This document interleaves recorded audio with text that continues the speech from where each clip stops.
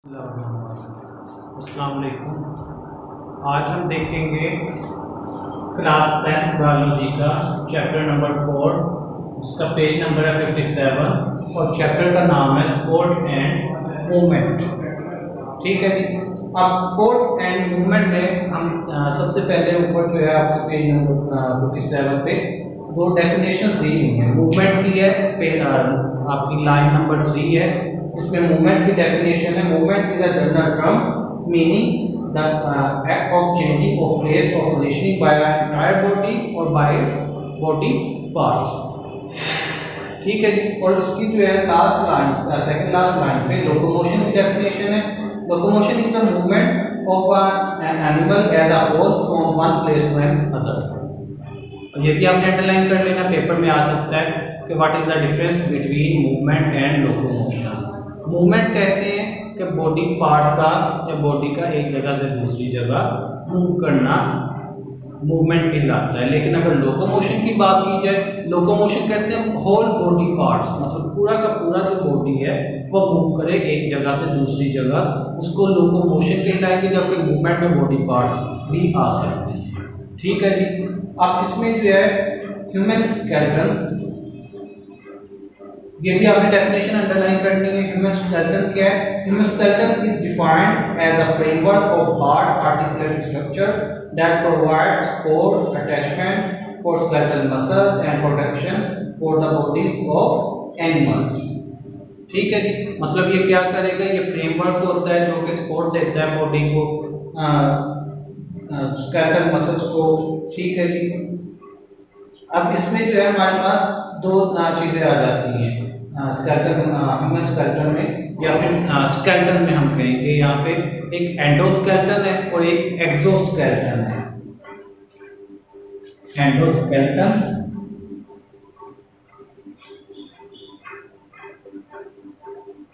और एक जो है हमारे पास exoskeleton.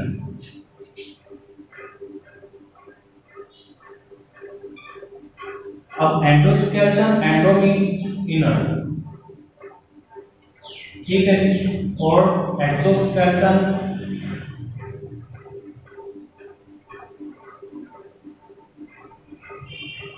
Exo mean outer, skeleton mean framework या ढांचा। ठीक है जी। अब वो ऑर्गेनिज्म जिनका जो स्केलेटन होता है वो बॉडी के अंदर होता है उनको एंडोस्केलेटन बोलते हैं, और वो ऑर्गेनिज्म जिनका स्केलेटन बॉडी से बाहर होता है उनको एक्सोस्केलेटन बोलते हैं।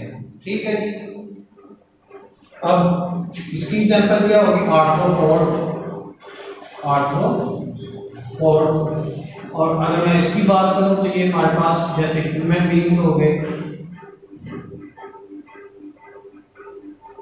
ह्यूमन बीइंग्स, हम लोग, हमें जो स्केलेटन होता है वो हमारी बॉडी के अंदर है, उसको एंडोस्केलेटन बोलते हैं। ठीक है जी। अब इसके रोल ऑफ स्केलेटन, अब रोल ऑफ स्केलेटन में हमारे पास क्या होता है कि स्केलेटन क्या रोल प्ले करता है? इंपॉर्टेंट है क्वेश्चन ये भी। ये स्पोर्ट में हेल्प आउट करता है, मूवमेंट में मसल्स के साथ अटैच होता है, मसल्स की मूवमेंट में हेल्प आउट करवाता है ये जो स्केलेटन होता है। उसके बाद ये हमारे बॉडी के इंटरनल जो ऑर्गन्स होते हैं उनको भी प्रोटेक्ट करता है। लाइक हमारा जो अगर मैं बात करूँ ब्रेन हो गया, ठीक है जी, स्पाइनल कॉर्ड हो गई, ये जो है इनको भी स्केलेटन जो है वो प्रोटेक्ट करता है। अच्छा जी। उसके बाद जो है bones and cartilage, cartilage important topic, ये लॉन्ग में आ सकता है कार्टिलेज का टॉपिक। ठीक है जी। बोन्स का भी इसको अच्छे तरीके से आपने प्रिपेयर करना है।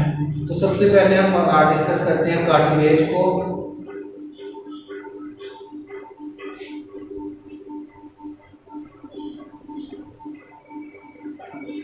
अब कार्टिलेज क्या है? कार्टिलेज हमारे पास है एक dense clear blue white firm connective tissues but less strong than bones. अब कार्टिलेज किस चीज से बनी हुई है? कनेक्टिव टिश्यूज, कनेक्टिव टिश्यू से बनी हुई है कार्टिलेज। और ये होती कैसी है? Dense blue clear blue white forms connective tissues जो होते हैं लेकिन ये बोन से लेस स्ट्रॉन्ग होती है।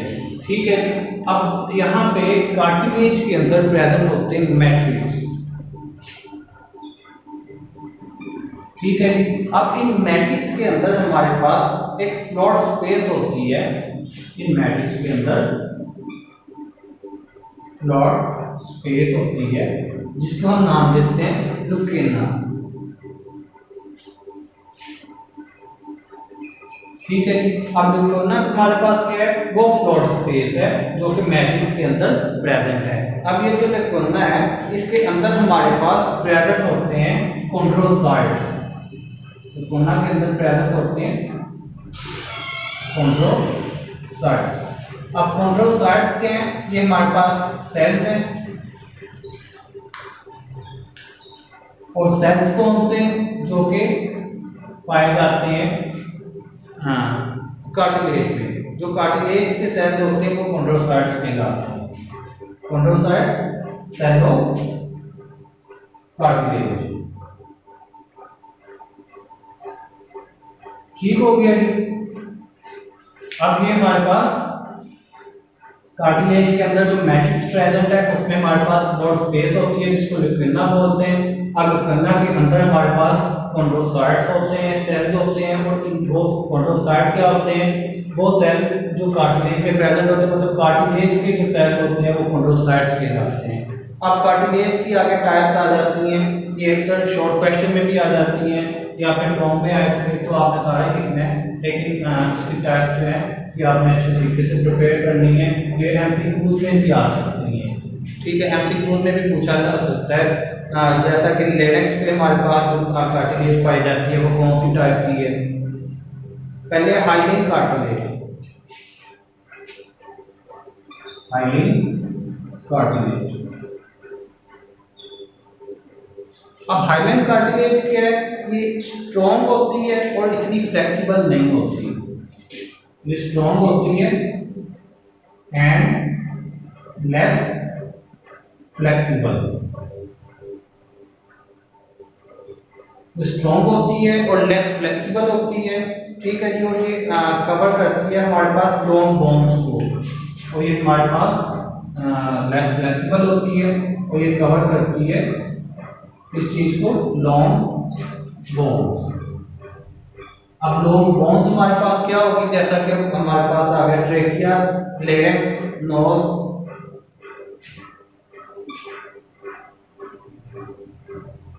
ट्रेकिया,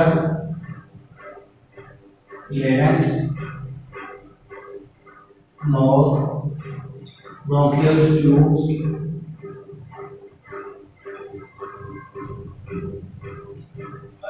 ठीक है जी। यहाँ पे हमारे पास पाई जाती है हाइलिन कार्टिलेज। अब उसकी सेकंड टाइप इलास्टिक कार्टिलेज। ये हमारे पास हाइलिन कार्टिलेज की तरह ही होता है, लेकिन ये जो है वो थोड़ी सी इलास्टिसिटी होती है इसमें। ये बहुत ज़्यादा स्ट्रॉन्ग नहीं होती, इसमें इलास्टिसिटी प्रेजेंट होती है। दूसरी टाइप हमारे पास आ गई इलास्टिक कार्टिलेज।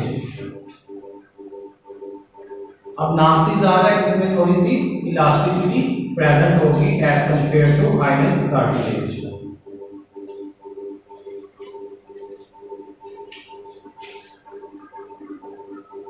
Elastic cartilage. ठीक है, इलास्टिक कार्टिलेज ये हमारे पास सिमिलर स्ट्रक्चर है हाइलिन कार्टिलेज की तरह, लेकिन ये इलास्टिसिटी इसमें पाई जाती है।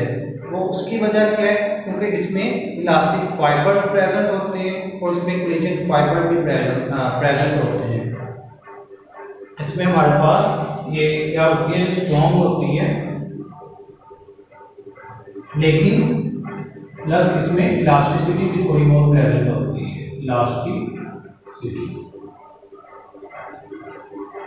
इलास्टिसिटी भी प्रेजेंट होती है, इसमें इलास्टिक होती है ये। और इसमें हमारे पास क्या चीज प्रेजेंट है, हमारे पास इलास्टिक फाइबर्स। इलास्टिसिटी क्यों होती है, क्योंकि इसमें इलास्टिक फाइबर्स प्रेजेंट है।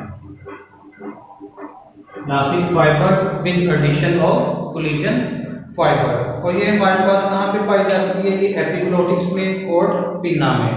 प्रेजेंस इसकी कहाँ है? एपिग्लोटिस, जो ग्लोटिस के ऊपर एक टाइप स्ट्रक्चर होता है, और पिन्ना, ये जो कान का आउटर लेयर है, ये वाला भी पिन्ना कहलाता है। ठीक है जी। फाइब्रस कार्टिलेज इसकी थर्ड टाइप, ये हमारे पास tough, it is very tough and less flexible due to large number of thick collagen fibres present in netted form. Netted form मतलब ये उनसे बना होता है हमारे पास कोलेजन फाइबर से, large number of collagen fibre से। तो ये पाई कहाँ पे जाती है? वर्टिकल डिस्क में पाई जाती है। अब अगर बात करें बोन्स की,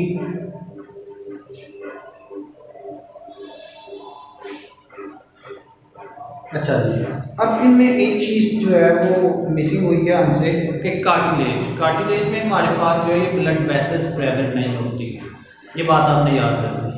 कार्टिलेज में ब्लड वेसल्स प्रेजेंट नहीं होती हैं। अगर मैं बात करूं बोन्स की, तो बोन्स में ब्लड वेसल्स प्रेजेंट होती हैं। ठीक है, बोन्स में भी ब्लड वेसल्स कहाँ पे प्रेजेंट होती हैं वो अभी हम देखते हैं। इसकी दो टाइप्स हैं। जो स्पॉन्जी होती है वो उसमें ब्लड वेसल्स प्रेजेंट होती हैं। ये बोन्स आ गया, हम जानते हैं बोन क्या है। ये हार्ड होती हैं, it is a hard connective tissue. ये भी किस चीज से बनी हुई है? कनेक्टिव टिश्यू से, कनेक्टिव टिश्यू से बनी हुई है। ठीक है जी। अब bones not only move, store, protect and the various part of the body but also produce red and white blood cells and store minerals. अब ये क्या कर रही है? ये हमारे पास बोन जो है प्रोड्यूस करती हैं red and white blood cells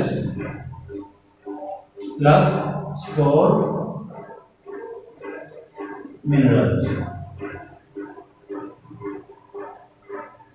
ठीक है, ये और स्टोर करती हैं मिनरल्स को। अब इसकी जो है मैंने अभी आपसे जिक्र किया, इसकी टू लेयर्स होती हैं। The hard outer layer of bone is called compact bone. चलो इसको लिखा रहने तो उसको मिनरल। इसकी हमारे पास जो है वो दो लेयर्स होगी बोन की, टू लेयर। पहली कौन सी है? Compact bone. कॉम्पैक्ट बोन या कॉम्पैक्ट लेयर बोल सकते हैं इसे। ठीक है, और उसके बाद हमारे पास स्पॉन्जी, स्पॉन्जी बोन। ठीक है, कॉम्पैक्ट बोन जो होती है वो हार्ड होती है और प्रेजेंट होती है इनर साइड पे, सॉरी आउटर साइड पे। ये आउटर लेयर होती है, हार्ड है, प्लस ये क्या है? आउटर लेयर है, आउटर लेयर। ठीक हो गया। अगर मैं बात करूं स्पॉन्जी की, तो ये पोरस होती है, मतलब इसमें स्लॉट होती है, नीचे डायग्राम में भी देख सकते हो, और ये सॉफ्ट होती है। ठीक है जी, ये हमारे पास सॉफ्ट होती है और इनर साइड में प्रेजेंट होती है। और ये क्या होती है? पोरस होती है, मतलब इसमें सुराख प्रेजेंट होते हैं, मतलब पोर्स होते हैं, और इसमें पोर्स प्रेजेंट होते हैं। ठीक है जी। अब इसके अंदर स्पॉन्जी में हमारे पास ब्लड वेसल्स भी प्रेजेंट होते हैं। Blood vessels are present. ठीक हो गया जी। स्पॉन्जी की क्या कैरेक्टरिस्टिक हो गई? ये सॉफ्ट होती हैं, इनर साइड पे प्रेजेंट होती है, पोरस होती है, ब्लड वेसल्स इसमें प्रेजेंट होती है, कॉम्पैक्ट बोन हार्ड होती है, और आउटर लेयर होती है बोन की। ठीक है। अब अगर बात की जाए कार्टिलेज की, तो जिस तरह से कार्टिलेज में कोलेजन फाइबर प्रेजेंट होता है, उसी तरह से बोन में भी कोलेजन फाइबर जो है वो प्रेजेंट होता है, but it also contain minerals, calcium and phosphate. अच्छा जी, वो कहते हैं कि कार्टिलेज जो है वो सिंगल टाइप ऑफ सेल से बनी हुई है, लेकिन बोन जो है उनमें सिंगल सेल नहीं होते, उनमें डिफरेंट टाइप्स के सेल्स प्रेजेंट होते हैं। जैसा हमने देखा था कि कार्टिलेज के जो सेल्स थे उनको कॉन्ड्रोसाइट्स कहा जाता है, ऐसे ही जो बोन्स के सेल्स होते हैं उनको ऑस्टियोसाइट्स बोला जाता है। बोन के जो सेल हैं उनको ऑस्टियोसाइट, ठीक है जी, बोन के सेल को ऑस्टियोसाइट्स बोला जाएगा। ऑस्टियोसाइट्स के सेल ऑफ बोन, ये बात आपने याद रखनी है। जो बोन के सेल है वो ऑस्टियोसाइट्स, ठीक है। और जो हमारे पास कार्टिलेज के सेल थे उनको क्या नाम देंगे, उनको हम नाम देंगे कि कार्टिलेज के सेल्स को कॉन्ड्रोसाइट्स, ठीक है। अब इसमें जो है बॉक्स सा दिया हुआ है इसी पेज पे, पेज नंबर 59 पे, ये इंपॉर्टेंट एमसीक्यूज में आ सकता है कि बेबीज में कितनी बोन्स होती हैं। Babies are born with 300 soft bones, some of these bones later fuse together, but in adult skeleton 206 hard bones। Babies की अगर बात की जाए तो बेबीज में हमारे पास 300 सॉफ्ट बोन्स। अगर मैं बात करूं एडल्ट की तो एडल्ट में हमारे पास होती है बोन्स 206, ठीक है। और वो क्या होगी, वो हार्ड बोन, हार्ड बोन्स। अब ये 300 से 206 कैसे बनी, ये जो बोन्स होती हैं सॉफ्ट बोन्स ये आपस में फ्यूज करती हैं और ये फ्यूज करने के बाद हमारे पास बाकी जो बोन्स रह जाती हैं उनकी तादाद होती है 206, ठीक है जी। अब इनमें जो है हमारे पास अगर मैं बात करूं तो इसमें हमारे पास जो है बोन मैरो भी प्रेजेंट होता है, ठीक है, ठीक है जी। अल्लाह हाफिज़। इसके बाद हम नेक्स्ट टॉपिक जो है वो नेक्स्ट लेक्चर में डिस्कस करेंगे।